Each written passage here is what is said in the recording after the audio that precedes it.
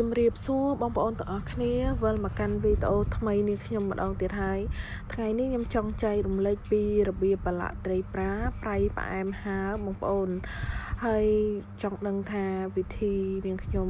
ប្រឡាក់ត្រីបែបណាកុំភ្លេចទស្សនាវីដេអូនាងខ្ញុំពីដើមរហូតដល់ចប់មុនដំបូងគេនឹងនាងខ្ញុំបានទៅផ្សារបងប្អូននាងខ្ញុំបានទៅផ្សារនាងខ្ញុំឃើញគេលក់ត្រីប្រាធំល្អមែនទែនបងប្អូនក៏នឹកឃើញថាចង់ប្រឡាក់ត្រីប្រាហាលក្រៀមយើងយកមកប្រឡាក់ញ៉ាំបាយពេលព្រឹកពេលថ្ងៃឡើងអីចឹងណាបងប្អូនក៏នឹកឃើញណាទិញត្រីប្រា1គីឡូកន្លះយកឲ្យគេវាងៀតឲ្យស្រេចបងប្អូននៅផ្សារក៏យកមកប្រឡាក់ហើយមុនដំបូងគេហ្នឹងនាងខ្ញុំចាប់ផ្ដើមលាងត្រីសម្អាតត្រីដែលខ្ញុំទិញមកពីផ្សារហ្នឹងយើងធ្វើការលាងសម្អាតឲ្យស្រស់ទឹកល្អមែនទែនបងប្អូនចាំយើងយកមកប្រឡាក់ត្រីចំពោះត្រីប្រានេះនាងខ្ញុំប្រើចំនួន1គីឡូកន្លះត្រីសាច់ត្រីបងប្អូនហើយចំពោះគ្រឿងផ្សំមានអំបិល2ល្ព្រាបាយរ៉ូឌី1ស្លាបព្រាបាយខ្ញុំធ្វើការកូរច្បល់ជាមួយនឹងអំបិលរបស់យើងហ្នឹងកូរចោះកូរឡើងឲ្យសព្វហើយប៊ីចេងនេះខ្ញុំប្រើចំនួន1ស្លាបព្រាបាយសរុបទៅគឺប្រៃផ្អែមហើបងប្អូនហើយខ្ញុំលាយច្បល់បានរួចរាល់ហើយនេះខ្ញុំចាប់ផ្ដើមទៅកូរស្ករក្រហមបងប្អូនយើងយកស្ករក្រហម2ស្លាបព្រាបាយយកមកកូរនឹងភ្លើងរបស់យើងប្រើភ្លើងតិចឲ្យបានបងប្អូនខ្លាច់លោស្ករក្រហមយើងខ្លោចអញ្ចឹងហើយយើងកូរតឡើងជើងក្រងបែបហ្នឹងបងប្អូនហើយបន្តទៀតនេះខ្ញុំចាក់ទឹកសាបយើងធម្មតាហ្នឹងបន្តិចឲ្យរលាយជាមួយនឹងស្ករក្រហមយើងកូរចុះកូរឡើងទុកឲ្យត្រជាក់សិនណាបន្ទាប់ពីកូរទឹកស្ករយើងទុកឲ្យត្រជាក់រួចរាល់ហើយនេះខ្ញុំចាប់ផ្ដើមយកត្រីដែលលាងសម្អាតជាច្រើនទឹកជាច្រើនដងឲ្យអស់ឲ្យអស់ធំឆ្អាបអីហើយយើងសម្រោះទឹកឲ្យស្រស់ល្អអញ្ចឹងណាហើយចំពោះត្រីនេះខ្ញុំយកមកប្រឡាក់ហ្នឹងគឺចំនួន1គីឡូកន្លះបានរៀងច្រើនដែរបងប្អូនហើយយើងចំពោះកង់បងប្អូនអាចវះងៀតក៏បានកង់ក៏បានជាវ៉ាមូលក៏បានតាមចំណុះចិត្តបងប្អូនជួយចិត្តហូបកាត់បែបណាអញ្ចឹងណាហើយនេះខ្ញុំចាប់ផ្ដើមយកត្រីមកប្រឡាក់បងប្អូន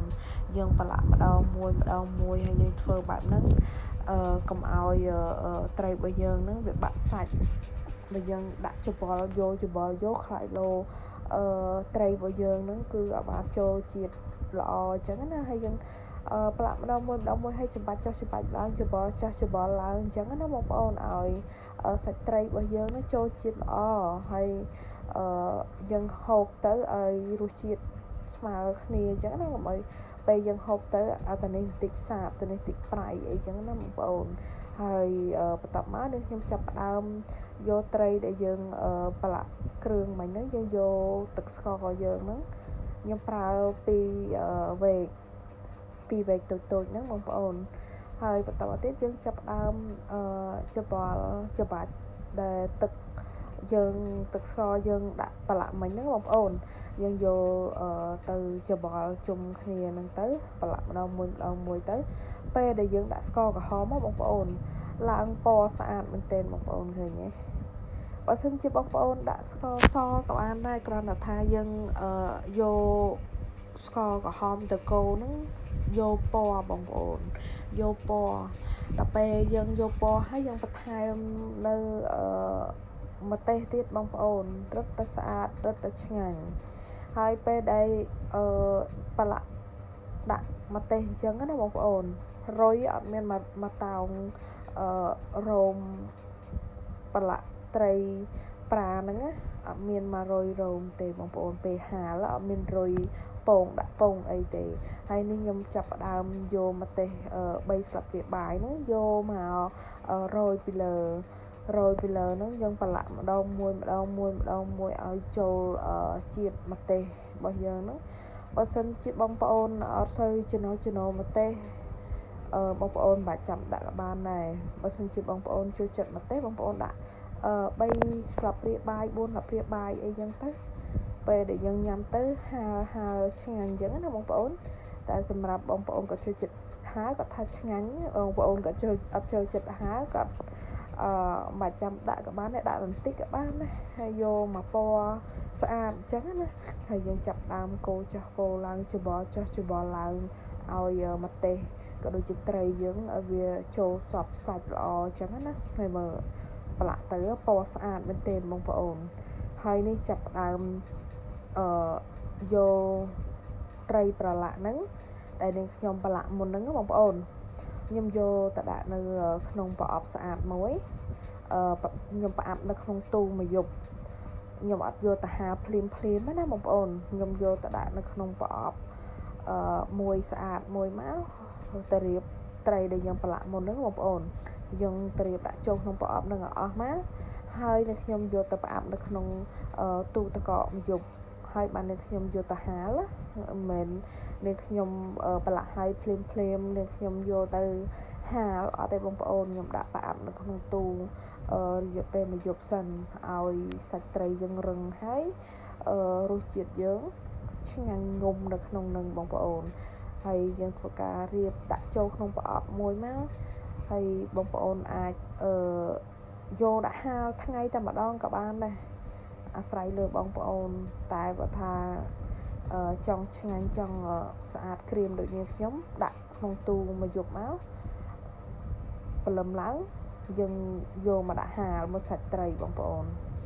ថាតំណងមែនទេបងប្អូនអើយគ្រាន់តែហ្នឹងមិនតាន់ហាលផងបងប្អូនហ្នឹងដែលនេះខ្ញុំផ្អាប់ទុកនៅក្នុងទូមួយយប់ឡើងក្រហមសាច់ស្អាតហ្មងហើយរសជាតិឆ្ងាញ់បងប្អូនប្រៃផ្អែមហាលបើសិនជាបងប្អូនអត់ចូលចិត្តប្រៃទេបងប្អូនបន្ថយតាមហ្នឹងណាបងប្អូនអត់ចូលចិត្តផ្អែមអីយើងបន្ថយតាមហ្នឹងទៅហើយនេះចាប់ដើមហាលរយៈពេលតែពាក់កណ្ដាលថ្ងៃឯងបងប្អូនគឺស្ងួតលឿនមែនទែនដោយសារមេឃបើកថ្ងៃដល់អញ្ចឹងទៅហើយណាមួយត្រីប្រាគឺហាលស្ងួតខ្ញុំហាលតែពាក់កណ្ដាលថ្ងៃបងប្អូនមើលឃើញក្រៀមប៉ុណ្ណឹងហើយខ្ញុំយកក្រៀមប៉ុណ្ណឹងបងប្អូនយើងបាច់ចាំយកក្រៀមពេកក៏បានដែរត្រីប្រានេះខ្ញុំ